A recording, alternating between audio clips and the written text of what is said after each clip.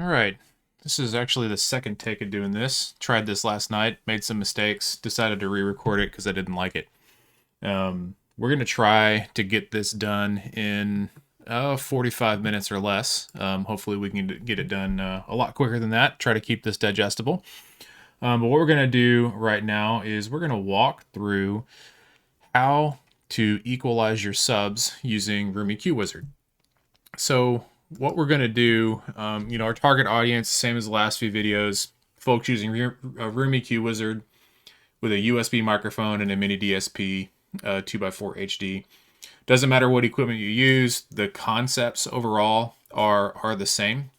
I'll try to call out some differences where I know there are some between certain types of equipment, but for by and large, we're gonna tackle that particular target audience. Going to go through the use case, the requirements for setting this stuff up and making it work, and then we're going to measure and apply and EQ and verify our subs. If there's time at the end, we're going to go through a little bit of a bonus topic of how to experiment with room curves.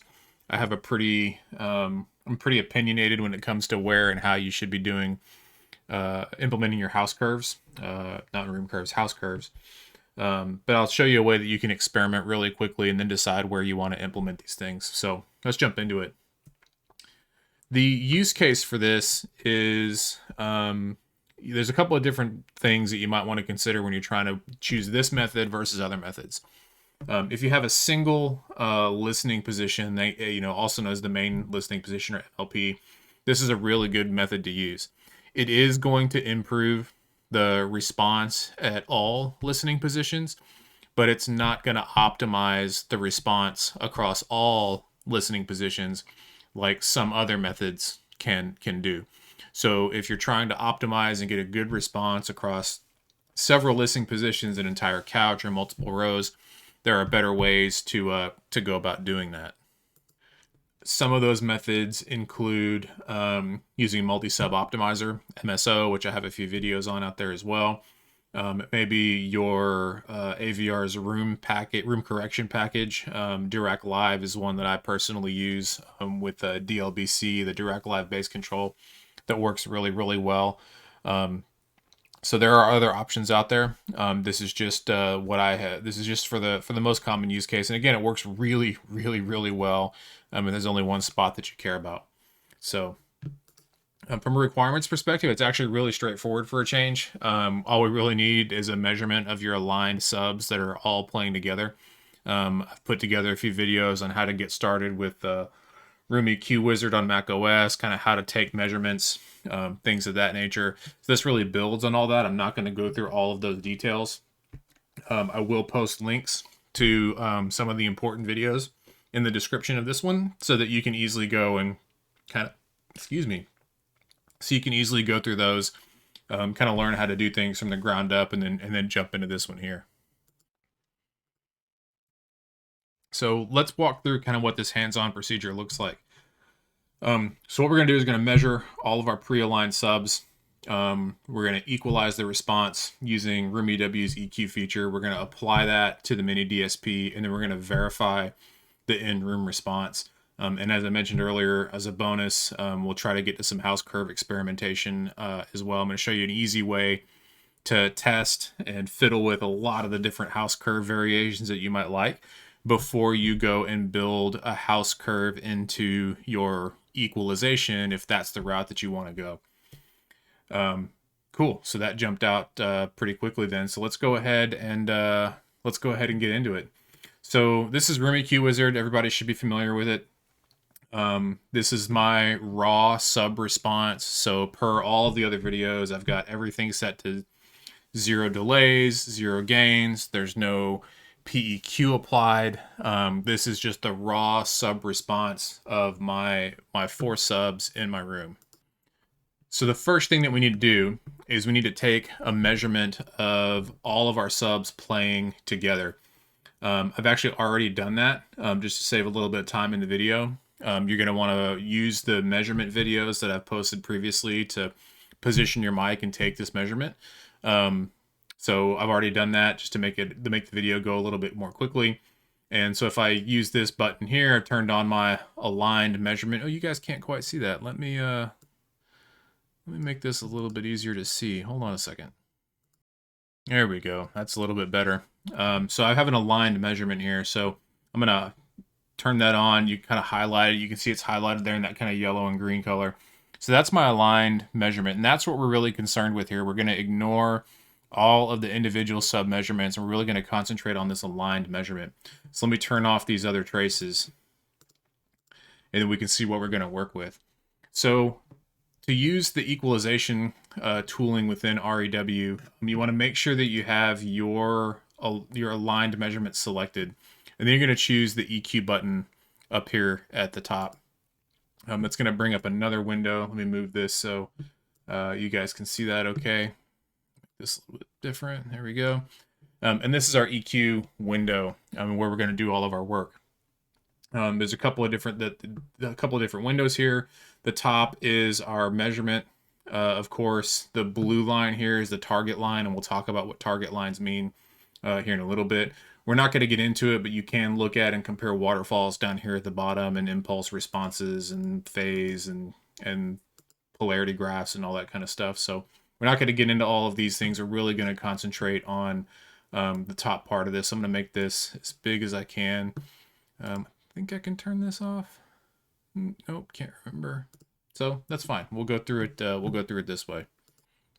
So the first thing is on the right-hand side here. We've got kind of 5 different drop-down areas. The first area, if you click the top button up there, that's going to bring in and let you specify the type of equalizer that you're using. So if you're not using a miniDSP 2x4 HD, Room EQ Wizard does support a lot of different types of processors and DSPs that are available. Some of these, so you see the 2x4 HD, which is what we're going to use, the regular mini, the non-HD version. You can see there's some Emotiva equipment in here. There's some speakers, the Dutch and Dutch 8C or speakers that can take that we can export DSP configs for. Storm Audio's an audio video processor, surround sound processor. We're going to use the miniDSP. What this does is this tells Room EQ Wizard the format to use when we export these filters, these equalization filters to use. So it just makes it a lot easier to export so that we don't have to go in and manually enter these filters for whatever processor that we're using. If we have a processor or a DSP that is not listed here, we can use generic. It'll export files that we can use. But then what we'll need to do is manually enter those in, which is it's time consuming, but it's definitely an option if you don't have a miniDSP. So we're going to use the miniDSP, and you can see my waterfall graph got generated here. So we're going to use the miniDSP 2x4 HD, and you can minimize that. The next one down is what's called our target settings. So the target settings define what we want the magnitude response to look like when we apply our equalization. So we're basically telling Room EQ Wizard, I want you to create filters that make my response match this target response. So on the right-hand side, the top part of this specifies we're going to start fiddling with this blue line and kind of define what this blue target line looks like. So we're equalizing subs.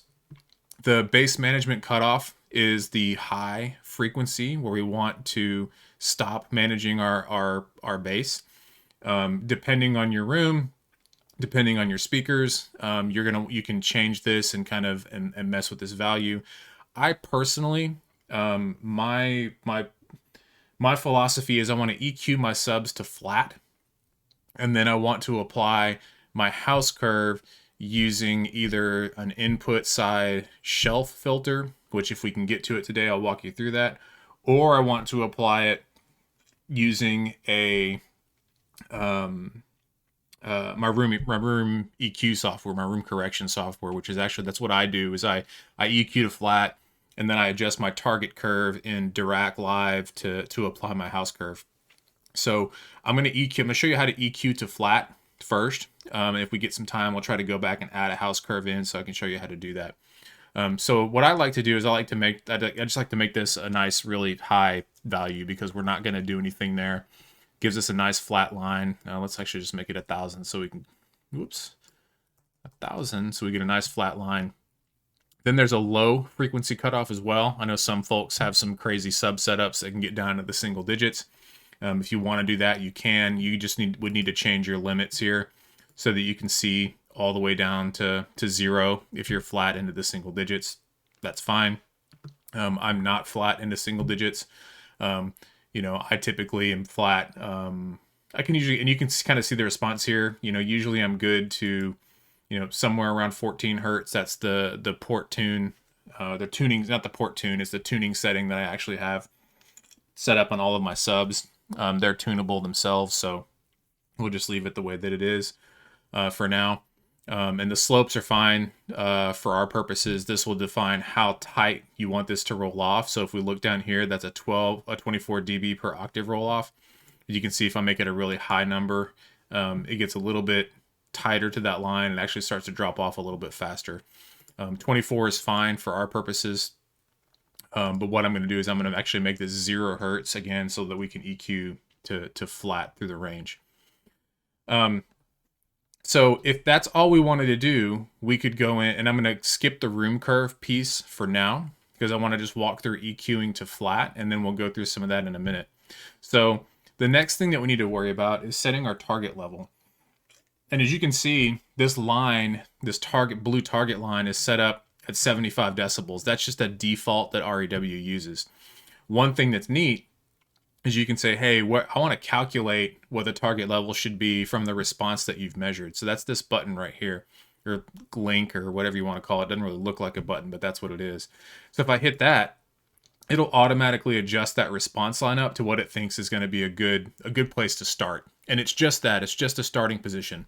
This is one of those things where when you get comfortable with this, you'll start fiddling with and playing with this target line a little bit so that you're not so that you're working within the capabilities of your DSP, and so that you're not forced to add a bunch of gain. What we want to do is we want to try to use as many cuts as we possibly can. We don't want to boost if we don't have to. Boosting, it's not bad. It's not wrong. We just want to limit the amount of boost that we do so that we don't eat up the digital headroom in the DAC or the DSP that we're using. Because if we use that up, we can introduce problems that we really don't want to play with. So for now, I'm just going to use the target level that it calculated. Okay, we'll spend most of our time between this target settings piece and then this next piece, the filter tasks. I'll come back and open this one up in a minute, but what I want to show you is these things one at a time first. So we'll minimize that and we'll go down into filter tasks.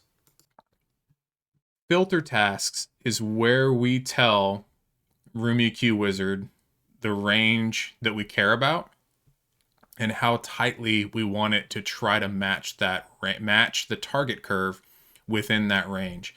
Again, this is the second time I've been through this. I think the defaults here, I'm going to set these to what I think the defaults are. I think they're 23. I think that's what the defaults look like. If you get something that's a little bit different, you'll know that this is me just misremembering the defaults. So the match range says, hey, I want you to try to match my target line between these frequencies. So in this example, the defaults say we're going to try to make our frequency response match our target line only between 20 and 100 hertz. Okay. The next things control how much we want to boost, and we're going to start with 0 overall boost. We don't want anything to boost. If we have this set to 0, it's not going to increase any frequencies anywhere else. We're all going to use cuts, which is fine. And then the flatness target tells Room EQ Wizard, hey, what's my margin of error? So when I'm matching this target line and my flatness target is 3 decibels, that's going to tell Room EQ Wizard, I want you to try to stay plus or minus 3 dB from my target line through this range that we have specified here. It's not going to do anything below the range. It's not going to do anything above the range. It's going to try to say plus or minus 3 dB between this range. Okay. So that's an area that we'll fiddle with and we'll play with here in just a minute. You can kind of see the differences that makes. So to do our first EQ, that's really all we need to do. I don't want to, I'll get into some of the art and we open these things up and we'll start flipping back and forth, but I just want to run a really quick equalization so you can see what the process looks like. So that's all we need to do is we have a target, we've defined a target curve, which is the blue line that's flat. And we've said, hey, I want you to match from 20 to 100 Hertz, and I want you to try to stay plus or minus 3 dB. So all you need to do now is we hit this match response to target button, and Room EQ Wizard is going to go and try and apply PEQs or create PEQs to match that response. This is going to throw an error when I bring it up, or a warning rather, and it's going to say, hey, you've got your target line here, but the vast majority of your response curve is above that target line. Do you want me to keep going, or do you might want to think about adjusting your target line to make it a little bit more reasonable? And that's what this says. It basically says, hey, between our range of 20 to 100 Hertz, 100% of the response is way above the response, the target line. Do you have things set properly? We have things set properly. That's fine. So we're just going to say okay, and we're going to let Room EQ Wizard do its thing. So what it just did is it went and calculated the necessary EQ filters to match the target line, and we now have a predicted response on our graph, our original response, and we have our target line. So if we look at that predicted response, remember we told it to go from between 20 and 100 decibels, and we said plus or minus 3 dB, and if we look at that, that's pretty darn good and flat from 20 to 100 Hertz between those two responses. I could drill into this a little bit, but you know, if we look at some of the, let me click over here just so I can see. So we've got it. It's kind of a 10 dB window. I'm going to change my limits a little bit here, just so we can get a little bit more room. Let's make this. Let's try 50 dB and see if we can get a 5 decibel scale there on the left. Not quite. Let's try 55. There we go. So there's a 5 decibel scale. It makes it a little bit easier to see. So we can see that we're pretty tight, pretty close in all across the board. You can see we've got a little bit of a dip here just around 50 Hertz, but it's still within that plus or minus 3 dB range that we have specified here. So so the first thing that we can look at is maybe I don't like that because 3 dB is an audible difference. You probably won't hear it at these frequencies, but I just want to show you the impact that changing some of these things can have. So let me change that down to 1 decibel, and then we're going to match our response to target again and see if it makes any changes for us. Yes, same warning. And you can see it did implement some additional filters and tighten that up a little bit. So we're within about 2 decibels of our target line of 85 dB, which is really, really good. One of the other things that you can play with is in our target settings is adjusting this target level. So it calculated this range, but maybe that's not the right range. If we only care about 20 to 100 Hertz, if I look at my actual in-room response from 20 to 100 Hertz, you know, the low point is probably, looks like it's at about 87 dB. So I could actually increase this quite a bit and see if I can get a little bit more volume out of my system. So I'm going to change this. I'm going to tell this I want it to be 87 dB. So you can see my target curve is now moved up from where it was, right? Up about 3 dB from where it was. We still don't really have to apply any boosts. We're still right in that range, which is good. So now if I match this response to target, still everything's still above. Hey, now we've got a little bit of extra headroom out of there. It's not quite within that plus or minus 3 dB target. That's probably just an artifact of my room itself. Looks like, you know, if I look at this frequency here, 49 dB, you know, that's probably okay. 83 and change, 84 and change versus a target of 87. Probably not really going to be audible down in that range, to be completely honest. So that's a pretty good response. I could even decide, Well, let's try and move this up a little bit more. Let's try maybe, I don't know, 89 dB. Move it up a bit. Again, between 100 and 20 hertz. And let's match the response to target. Now notice instead of saying 100, it's saying 90%, which is cool. So we'll match that. And that's even better all the way through. Now our dip is over here.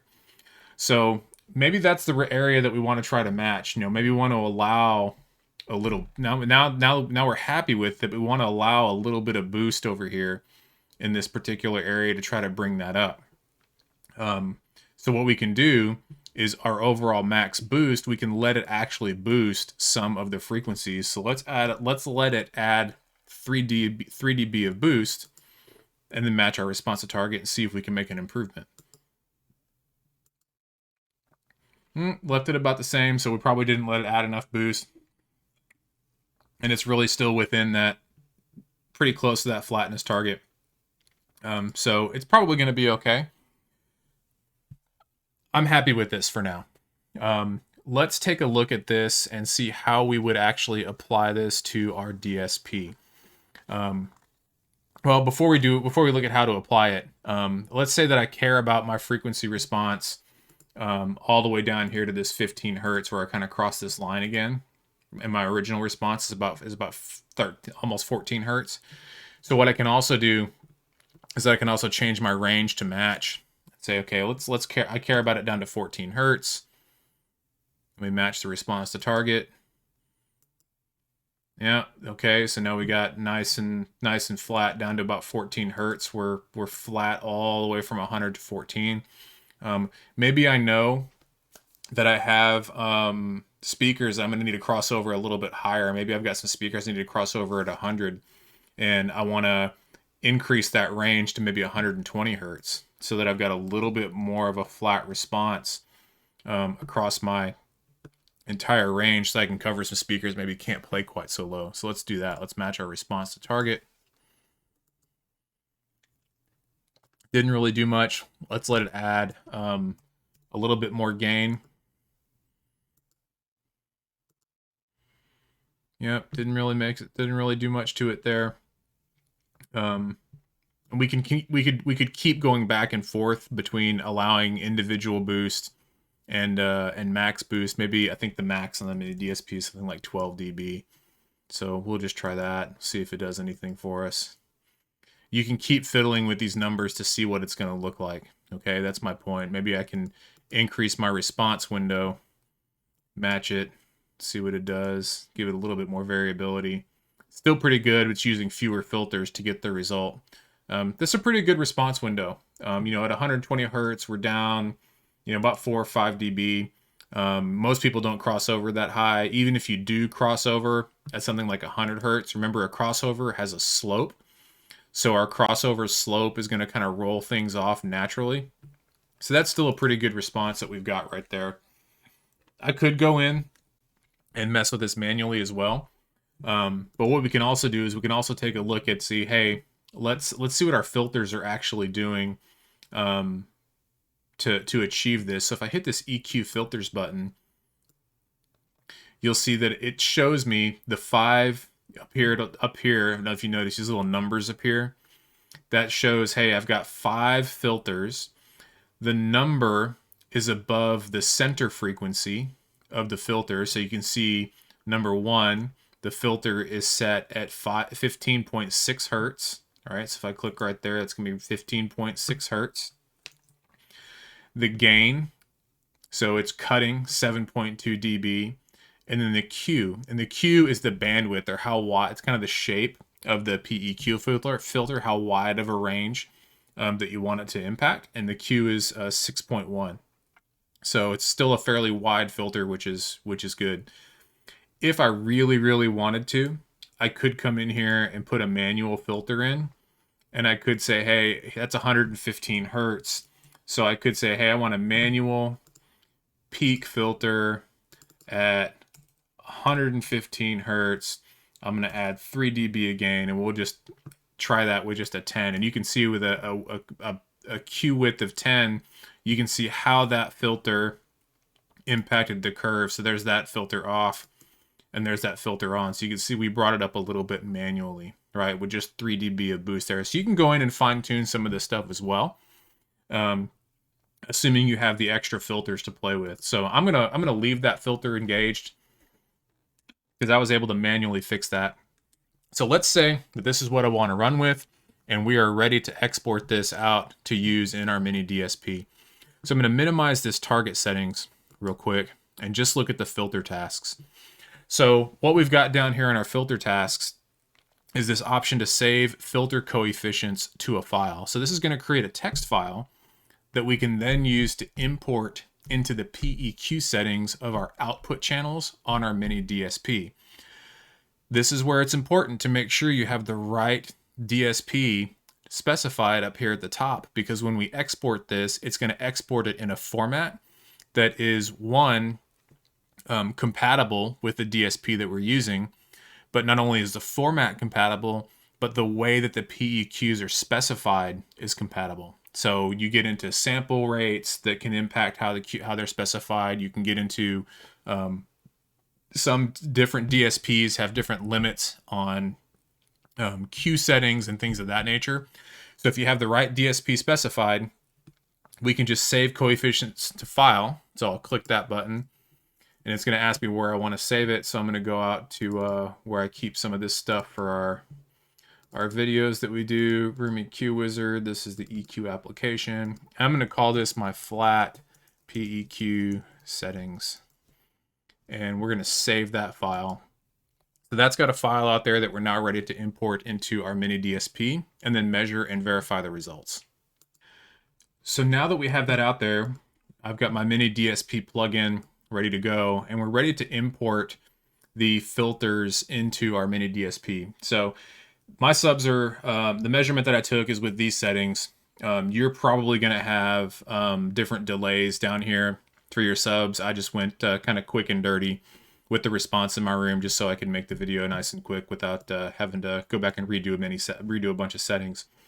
But what you want to do is you're going to come to that in your config that you're using. You're going to come to the output section of that config.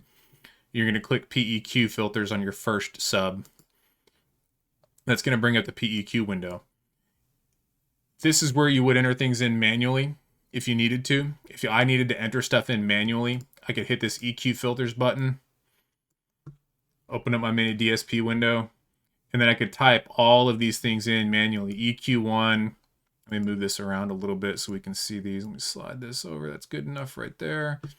PEQ. So what I would do is I'd say, okay, EQ1, I would put in the frequency, I would put in the gain, and I would put in the Q, and that would implement the first part of this filter. The import function makes this really, really easy. So to do that on a miniDSP 2x4 HD, we click Advanced, and then we click Import.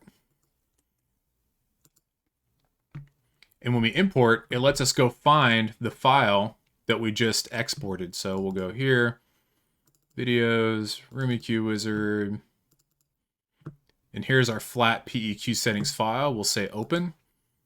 Processes it, and you can see it applies all of those filters to achieve that response. So then all we have to do is apply the same filters to our remaining channels. So we'll close this window, we'll click PEQ on the next one, Advanced, Import our flat file.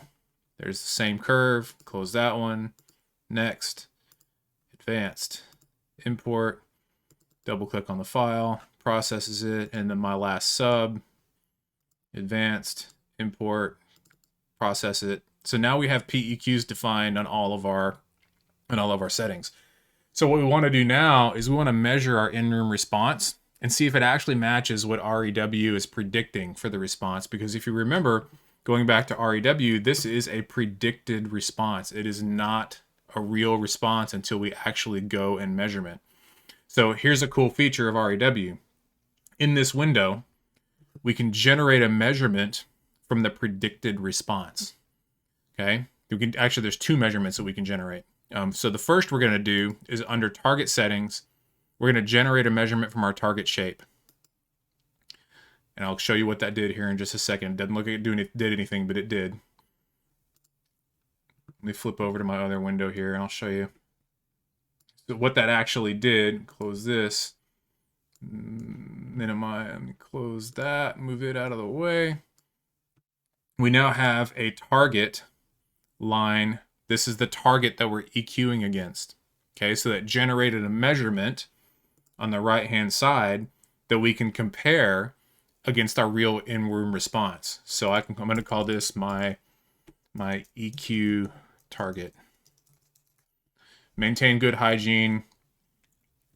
Always name your measurements. Always name your. In fact, I'm going to maybe even change this one to raw aligned. So that way we know that's the original response. So I can see my original response here. I can see my alignment target. And if I go back to this other window, if I minimize filter tasks and go to modal, excuse me, I meant to minimize target tasks. Under filter tasks, whoops, notice it's different. Why is it different? This is something I've done many times and made this mistake many times. When you click the EQ button, it operates on what you have selected here on the left. So we want to make sure we select our raw aligned measurement and then go back into EQ and we get our response back. I can't tell you how many times I've done that and accidentally EQ'd the wrong thing or applied the wrong EQ filters to the wrong curve, and it's just kind of annoying. So make sure you've got the correct thing specified over here on the left. In your window, when you open filter tasks, you can actually generate a measurement from the predicted. So I'm going to click that, and it's done the same thing. So I'm going to close this. I'm actually going to close this out, and now we have a predicted response. This is the same as we had in the other room, other window rather. So I'm going to go and I'm going to go and align this. I'm going to call this predicted flat EQ.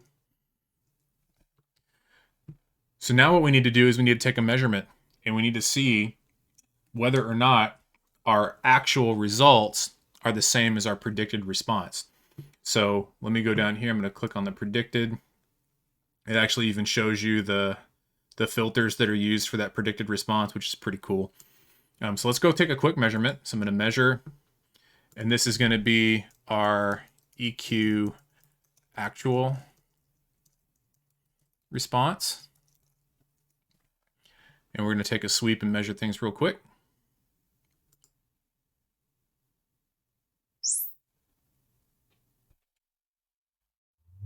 Whoops. I'm going to redo that one because what I realized is my subs are set to automatically turn themselves on.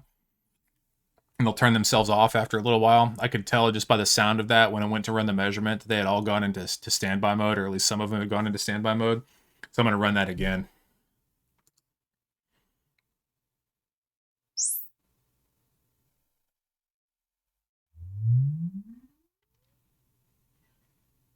All right, so now we have our actual in-room response, and this is some pretty cool stuff. So what I'm going to do is I'm going to take out our raw measurement. Here's our predicted response. It's kind of highlighted, and I'm going to mouse over a little bit, and here's our actual response. That's it's uncanny how accurate that stuff is. All right, pretty cool stuff. I'm always blown away every time I see that response. Right, pretty neat. So I know I now have a reasonably flat subwoofer response from 14 hertz at 89 dB all the way up. You know, realistically, that's up to about 110 hertz. We've got a few little dips in here. You know, if I look at this, it's 80, 89. Let's see, 89 was our target. We got a little bit of a dip down to about 86, so that's within 3 dB. You know, this little dip right here is within 3 dB. So we're basically plus or minus 3 dB out to about 110 or so hertz, which is really good. So if this was the target that I cared about, I could actually completely run with this and be totally happy with this response in my room, and then go run my room EQ package, Odyssey, Wipeout, Dirac, ARC, whatever you've got, and let that thing do its magic. Now, I'm only 34 minutes into this, so I've got a little bit of time. I'm going to try to keep it less than 45. But let me show you a really easy way to experiment with house curves in Room EQ Wizard with a miniDSP. So one of the things, and again, I'm going to go back to my raw aligned measurement here and go back to EQ. So we can change this target line, and I can actually, if I go to target settings, I can add a room curve in here. And what this will let me do is change the shape of this target line to start building a room curve into my equalization. And it's not difficult to do. So all I have to do is say, hey, I want to add a room curve. And you'll notice that that line changed. See how it's got a slope to it? The shape of this line, this target curve, let me move everything off of this. And so there's the original flat target, and when I add a room curve, you see it changes the shape of that. This shape is controlled by these settings. We have where do we want the rise to start. This is the default of 200 hertz. Where do we want the rise to end? Again, the default is 20 hertz. And then how much do we want it to rise per octave between these two frequencies? I have personally found that 200 hertz is way, way, way too high to start a room curve. The higher you start a room curve, the more chance you have of the bass bleeding over and becoming a little bit of a boomy kind of sound. The way it sounds to me when I start it too high is like male vocals get really, really chesty and boomy. That's the easiest way that I've been able to hear when I've got my room curve starting way too high.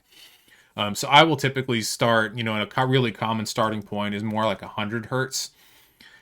You can adjust the rise to kind of your whatever your flavor is. Let me put the raw aligned response in here as well.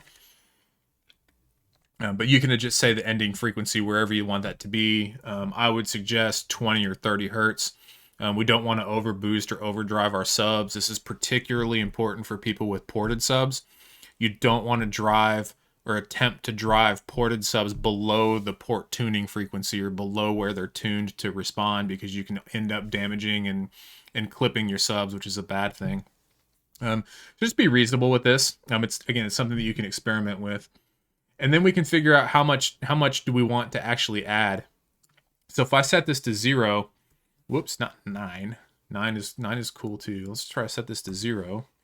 I've got a flat response. Remember, we're going to add gain starting around 100 hertz, and it's going to end at 20. So some really common starting places are trying to add about 3 decibels or 6 decibels or 9 decibels, but in your rise to your house curve to really start, boosting those low frequencies. So what we can do is we know that our target line is 89 dB. So I would want my rise for a 3 decibel curve to end up around 92 dB. And that should be about 1.5 decibels per octave. So if I click over here now on my line, let's see if I can click close enough. That's pretty close. We're right at 92 dB. So that would be a 3 decibel house curve that I build into my EQ. If I wanted it to go, maybe, let's say I want it to be a 6 dB curve, well, I'm going to have to experiment with this a little bit. So a 6 dB curve would be putting it at 95. So 95, let's see, it's 3 dB per octave. That's maybe a little bit hot, 95, almost 96, but that gets us in the ballpark. Some folks like to run their subs really, really hot, so let's try like a 4.5 dB, which would be a 10 dB curve, so I'd want this to end up around 99, which that ends up right at 99. So you can see how changing the amount, this is basically gain that we're adding, how we change the shape of that curve to get different amounts of rise from the starting frequency to our ending frequency. Okay. But the problem is trying to figure out, like, what kind of house curve do you like? And there's a really easy way to figure that out. I'm going to set this to 0 and just turn this off real quick, and we'll come back to it in a minute.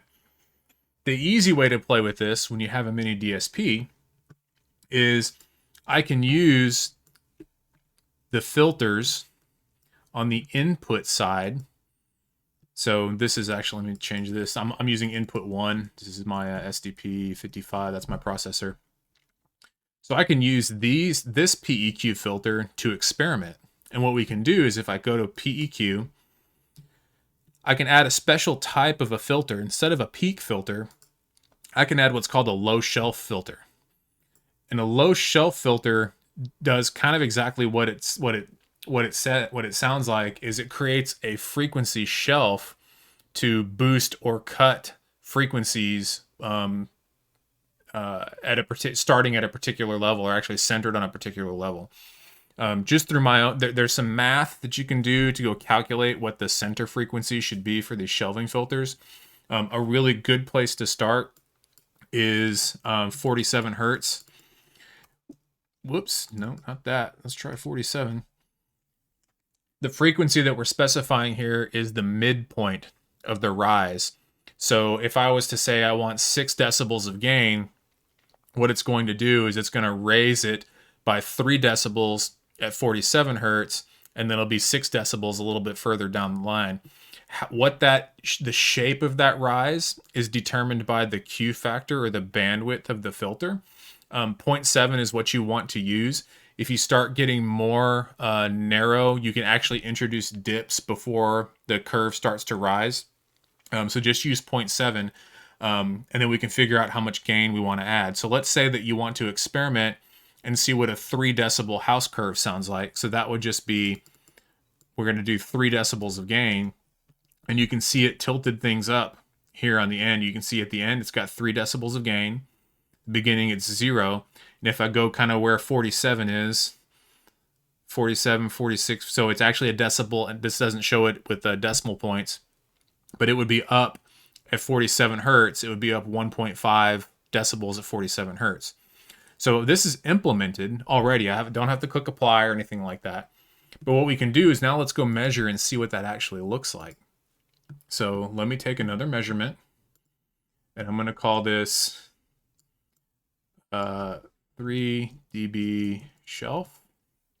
3 dB, we'll call it low shelf. And we'll take a measurement. Make sure my subs haven't gone to sleep.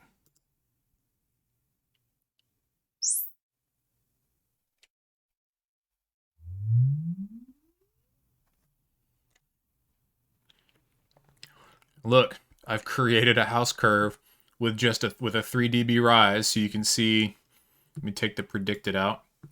So now there's my target. That's the original flat target, and here you can see I've added 3 decibels of gain. So if I click, kind of right in, this is a good one because it crosses the line. So that's at 89 hertz, or 89 decibels, and then where that crosses here, 91, 92. So that's our 3 decibel gain that we got. Okay. So now what I can do is I can go and listen to this a little bit and see what I like. What if I want to try something that's got more gain, 6 decibels? So I did that kind of quickly. I changed the 3 decibels of gain to 6 decibels. I left the center frequency and the Q the same. Take a quick measurement. This is going to be a 6 dB low shelf.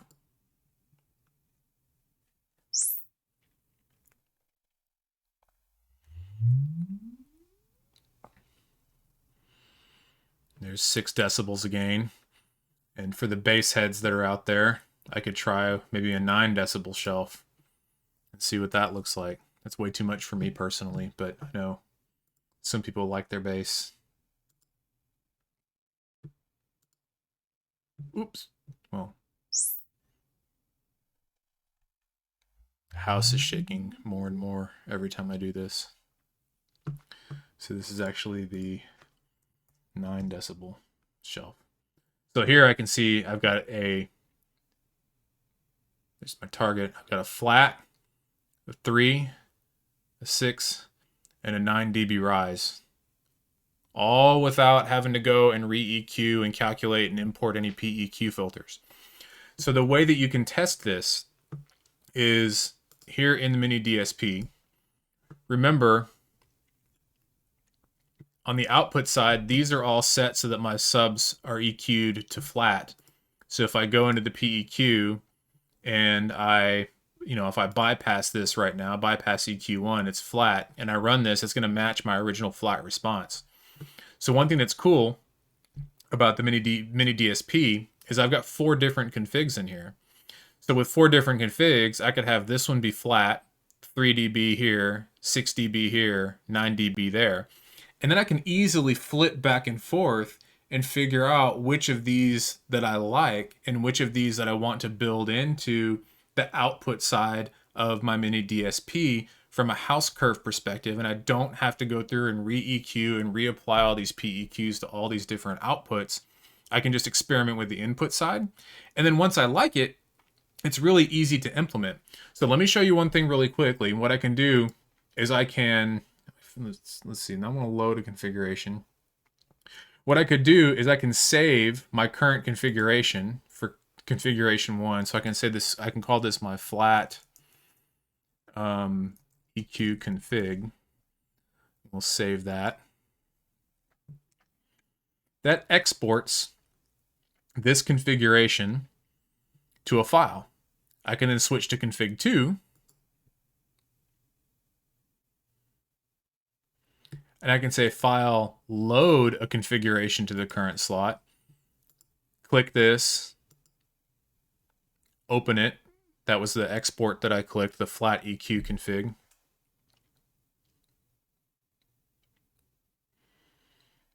It always takes miniDSP a minute to get these done.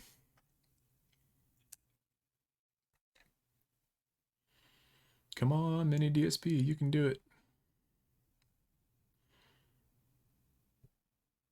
Oh, it's almost, I think I heard my subs thump. There we go, so it's done. So now, you know, if I go into outputs and look at my PEQ, it's the same shape that we had here on config 2. But now I can go into my PEQ. I can add, you know, a 3 dB shelf here, and now I have different configs that have different house curves. This is an easy way to go through and switch between these when you're actually listening to see which ones you prefer. Now, once you know that you've got 1 or 2 or 3 that you prefer, then you can actually go in and use these settings to create the house curve that you want using the EQ functionality. So if I clear all these out and I go into my raw aligned response, remember this is the one that we were equalizing, EQ, and now I want to add a room curve. Okay, I know that I like a 5 dB rise, right? So let's make this 2. My bass is at 89. So I should be about 94. It's pretty close. Maybe I can do a maybe 2.2. Did that get me to 95? 94. Pretty close. So then I can say, all right, I want to match my response to target.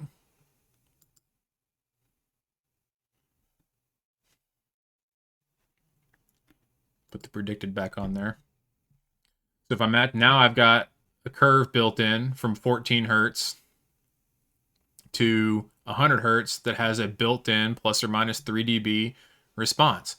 Now I can save these coefficients to file. I can say this is my 3 dB PEQ settings.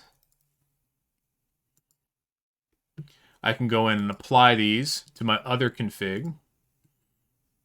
So let me bypass this because we don't want a double boost. We can want to bypass that because we're going to load this into the output side. So for config 2, and I follow the same procedure. My habit is always to clear, so I'm going to clear, and then I'm going to import. I'm going to do the 3 dB. Actually, this is a 5, so ignore the file name. This is a 5 dB curve. So we'll do that. We'll go here, clear, import. It's actually, again, it's actually a 5 dB curve. PEQ, clear, import. Last one, clear, import. So now I should have config 2 as a 5 decibel config, right? And then we can go in and we can actually measure that response. Let me double check that input side, make sure I have this cleared out. We don't want to accidentally double boost things and you know, blow our ears out or risk damaging equipment. So that's nice and flat. So now I can go in and measure. And this is going to be my 5 dB EQ curve. We'll take a quick measurement again.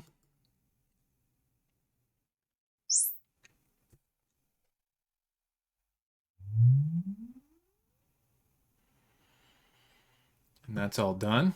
So if I compare my actual EQ response with my 5 dB curve, you can see we've got about 5 dB of separation when we start getting down to 20, you know, we said rise from 100 to 20 hertz. So down in here, that's 92. This is 88. That's 5 dB of difference. It's never going to be exactly the same because, again, there's a little bit of variable and wiggle room and things like that and all of these.